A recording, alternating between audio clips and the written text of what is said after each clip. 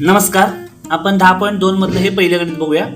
y वर्ग अधिक 10y अधिक 24 कंस पूर्ण भागिले y अधिक 4 कंस पूर्ण म्हणजेच y² plus 10y plus 24 bracket complete divided by y plus 4 bracket complete. या ब्रॅकेटनी या ब्रॅकेटला आपल्याला काय करायचंय, भागायचंय. आता अशा पद्धतीने मी लिहून घेतलं y अधिक 4 y वर्ग अधिक 10y अधिक 24 या राशीला आपण या राशीने भागणार आहोत.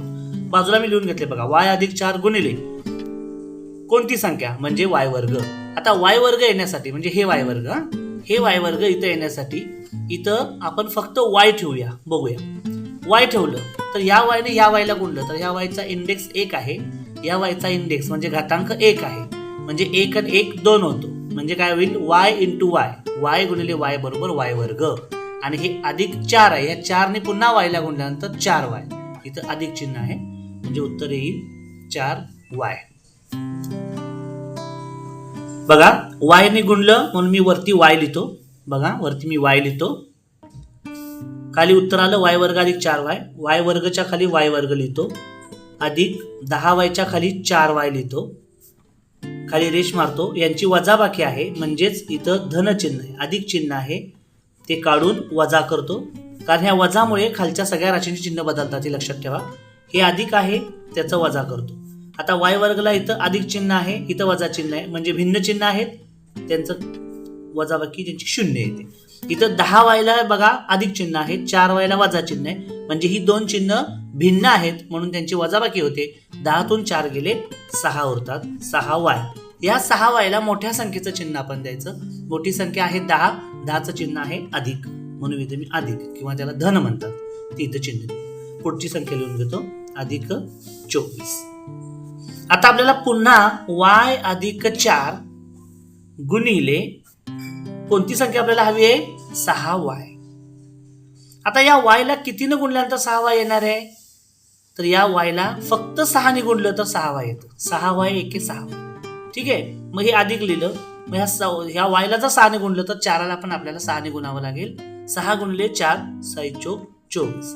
हे 6 आपण मी इथं बघा वरती लिहितो, चिन्ह अधिक आहे, अधिक 6 आणि खालची राशी जी आलेली आहे ती इथं लिहितो. 6y इथं प्लस 6y प्लस 24 इथं अधिक 24. आता यांची पुन्हा वजाबाकी करायची. वजाबाकी करताना पुन्हा चिन्ह बदला, अधिकचं वजा होतं, या अधिकचं वजा होतं. बघा, 6 मधनं 6 गेलं 0, 24 मधनं 24 गेलं 0. वजाबाकी का केली तर चिन्ह भिन्न आली म्हणून आपण वजाबाकी केली. या राशीचं उत्तर आलं y अधिक 6. दुसरं गणित बघा, p वर्ग अधिक 7p वजा 5 कंस पूर्ण भागिले p अधिक 3 कंस पूर्ण. म्हणजे p अधिक 3 या छोट्या राशीनं p वर्ग अधिक 7p वजा 5 ला भागायचं आहे. मी बघा p वर्ग अधिक 7p वजा 5 हे भागाकाराच्या रूपात लिहून घेतलं, त्याला आपण p अधिक 3 ने भागतोय. सुरुवातीला काय करायचं, p अधिक 3 मी बाजूला लिहून घेतो, p अधिक 3 गुणिले. आता आपल्याला पाहिजे p वर्ग पाहिजे, म्हणजे इथे मी लिहून घेतो p वर्ग. आपल्याला उत्तर p वर्ग पाहिजे.